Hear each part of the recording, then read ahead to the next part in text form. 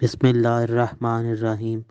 हज़रत अली इब्न अबी तालिब अलैहिस्सलाम ने फरमाया, अक्लमंद का सीना उसके भेदों का मखजन होता है और कशादा रवि मोहब्बत और दोस्ती का फंदा है और तहम्मुल व बुर्दबारी ऐबों का मदफन है।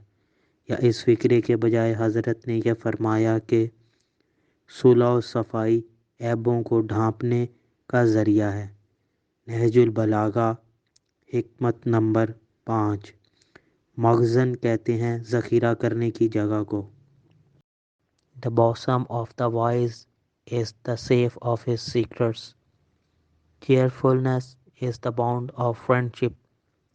Effective forbearance is the grave of shortcomings.